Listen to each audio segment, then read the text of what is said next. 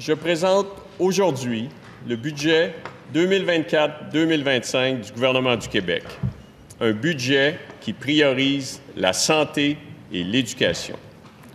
Un budget exigeant, Madame la Présidente, qui s'inscrit dans un contexte économique à la fois tendu et source de nombreux défis. Aujourd'hui, j'ai la responsabilité de donner l'heure juste aux Québécois.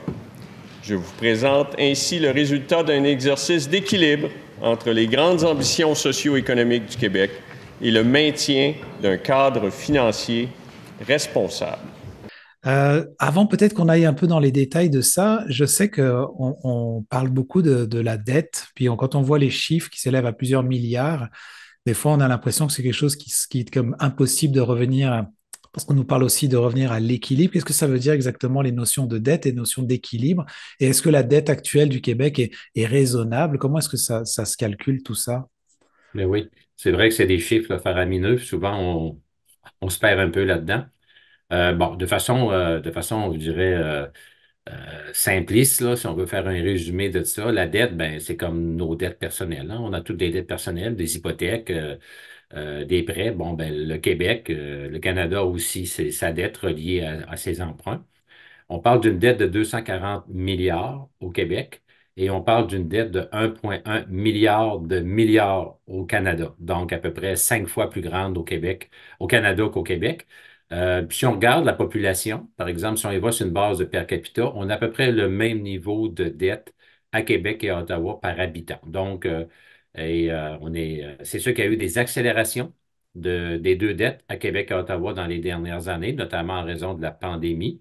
Par exemple, à Ottawa, ça a été phénoménal, là. On a parti en 2019 d'une dette de 600 milliards et on l'a augmenté de 500 milliards supplémentaires reliés à la COVID. Donc, ce qui explique là, le bond incroyable de 600 milliards à 1,1 milliard de milliards à Ottawa. Et nous, bon, on est à 240 quelques milliards. On va l'augmenter de 11 milliards pour le budget 2024-25. Donc, c'est un budget qui est terne, hein. Je veux dire, c'est comme dole d'en parler, même c'est triste d'en parler. Il n'y a rien de très, je dirais, gagnant. Il n'y a rien de majeur dans ce budget-là. C'est comme si on se préparait une année au neutre pour peut-être faire des bonnes annonces dans les prochaines années avant les élections, avant 2026. Qu'est-ce qu'ils veulent dire Donc, quand ils disent qu'ils veulent revenir à l'équilibre? Parce que c'est loin 2030, mais qu'est-ce que ça veut dire exactement le terme de revenir à ben, l'équilibre? ce que ça veut dire que c'est d'arriver à produire des futurs budgets qui vont être euh, sans déficit, qui vont être équilibrés au niveau des revenus de dépenses. Par exemple, si on a un budget de 125 milliards au Québec, ça vire autour de ça, ben on doit avoir 125 milliards de dépenses et 125 milliards de revenus.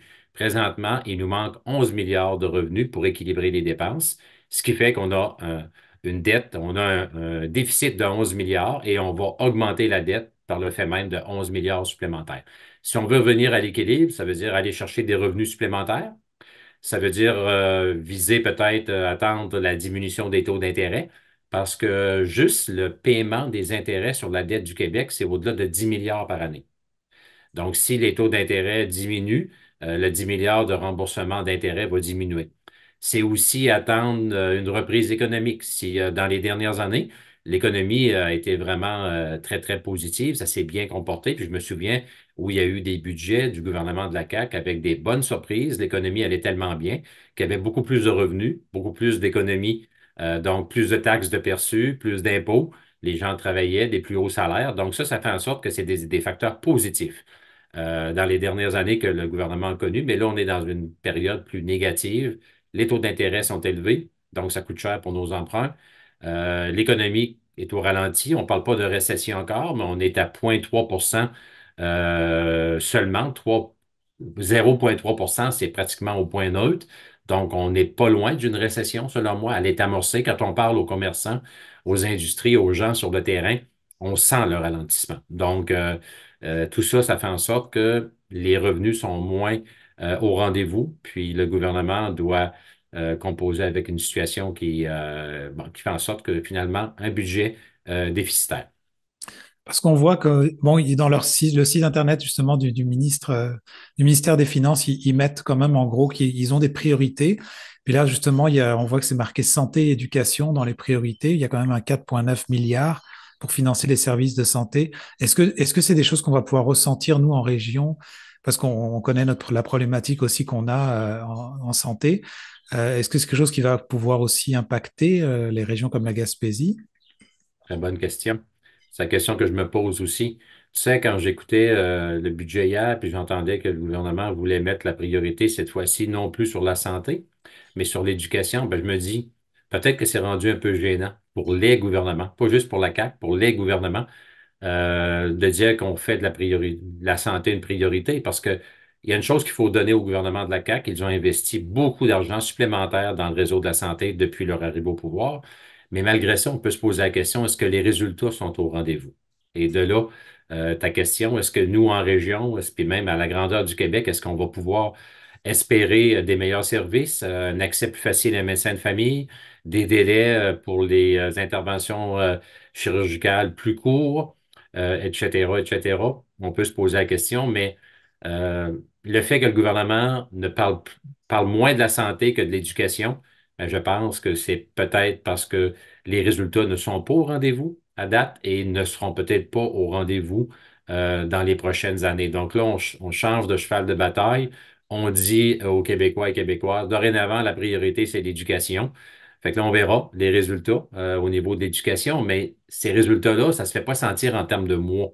C'est sur un calendrier beaucoup plus long. Quand on parle de modifier un système de santé, modifier un système d'éducation, ce sont des monstres là, à virer de bord, ces deux gros ministères-là. Puis on peut parler d'années avant peut-être d'avoir des résultats. Puis ça nous amène avec l'autre élément que le gouvernement a commencé à mettre sur la table de façon importante dans les dernières semaines, c'est toute la question de l'optimisation des services de l'État. Donc, c'est comme si le gouvernement est arrivé à la conclusion qu'il a mis beaucoup d'argent dans la machine gouvernementale, autant au niveau de la santé, de l'éducation que dans d'autres ministères. Et là, c'est plus une question d'argent, c'est une question de bien gérer cet argent-là pour avoir des résultats, de l'optimisation. Donc là, ça va être le nouveau cheval de bataille du gouvernement du Québec, j'ai l'impression, l'optimisation, donc l'amélioration des services, autant santé, éducation que dans l'ensemble des ministères. Le ministre Girard, le ministre des Finances en a parlé beaucoup. Le premier ministre en parle. Et je pense que là, ça va être le réflexe naturel du gouvernement de dire, écoutez, on a mis de l'argent. Maintenant, il faut que la machine, les fonctionnaires, les employés de l'État démontrent qu'ils sont performants, puis qu'on optimise les services à la population. Moi, c'est la tangente que je vois se dessiner là, pour les prochaines années. Parce qu'en écoutant justement en vidéo le budget, je voyais comment ils étaient fiers de présenter ce budget-là. Est-ce que toi, après être passé un petit peu au travers, tu y vois comme des lacunes, des bugs un petit peu, des choses qui ont peut-être un peu moins de sens?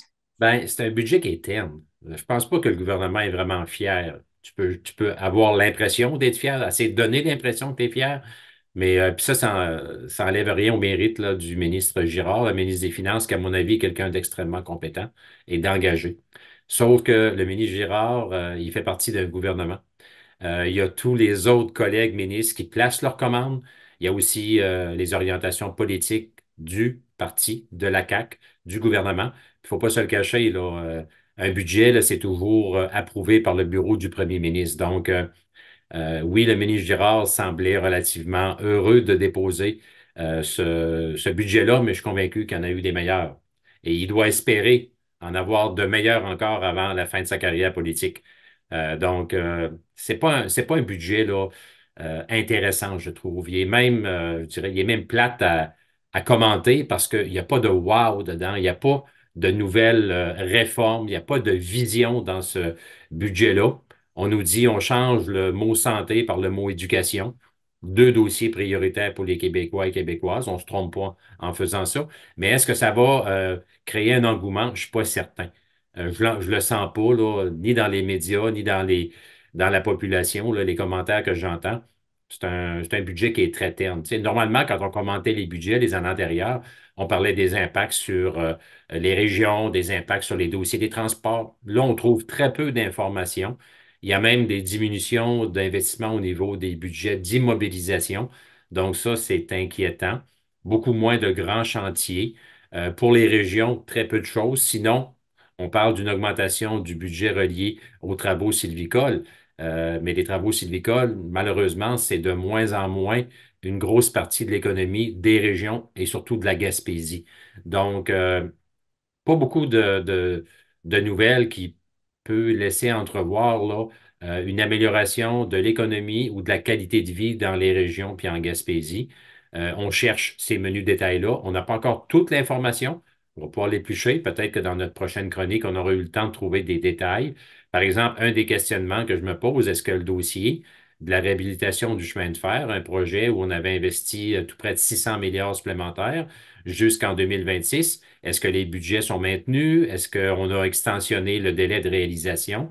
De plus en plus, moi, j'entends parler d'un délai qui pourrait être au-delà de 2026 pour réhabiliter le chemin de fer jusqu'à Gaspé pour différentes raisons. Donc, il va falloir vérifier un peu tout ça. Je te dirais que en résumé, c'est pas un budget qui va passer à l'histoire. Mm. Très peu d'éléments concrets, pas beaucoup de vision de la part du gouvernement qui transpire dans ce budget-là en termes d'innovation, en termes d'amélioration de quelconque service ou programmes gouvernementaux. Puis je terminerai en disant, ce qui m'inquiète, c'est que en novembre dernier, il y a eu une mise à jour économique budgétaire. Donc, la mise à jour économique, là, c'est en novembre 2023 que ça s'est fait. Puis là, le gouvernement du Québec affichait ses couleurs pour la prochaine année. Puis là, on nous parlait d'un déficit possible de 3,5 milliards. 3,5 milliards de déficit pour l'année 24-25. Et là, on nous arrive à peine 4 mois plus tard avec un budget déficitaire de 11 milliards.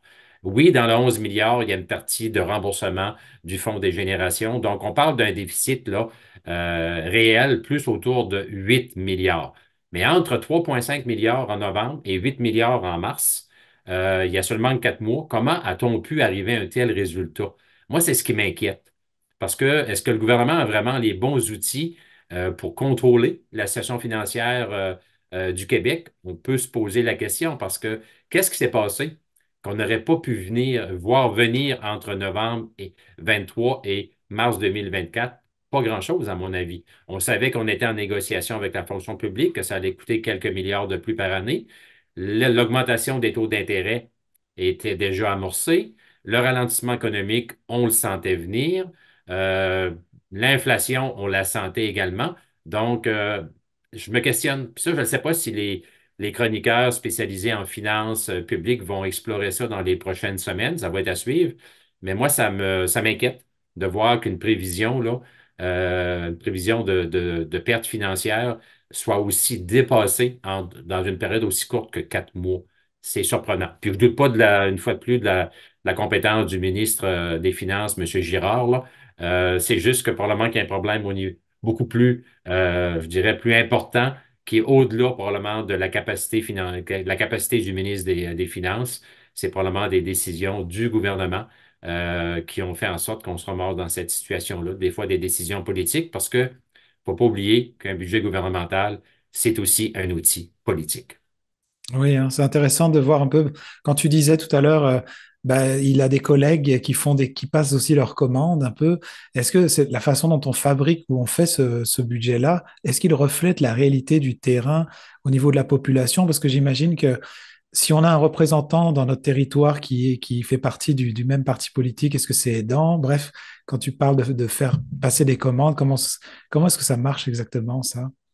Ben, généralement, là, dans les mois qui suivent le dépôt du budget, parce que c'est un exercice quand même fastidieux de réaliser le budget du Québec. Donc, ça dure pendant plusieurs mois. Je dirais, il y a une période de 3 mois qui est très, très intense, là. Donc, à partir du mois de décembre, généralement, là, on commence à travailler de façon plus active, on le sent. Puis quand tu es à la charge d'un ministère, quand tu es ministre, ben là, on te demande c'est quoi tes priorités pour le prochain budget. Donc, quelques mois avant le dépôt, chaque ministre dépose ses priorités.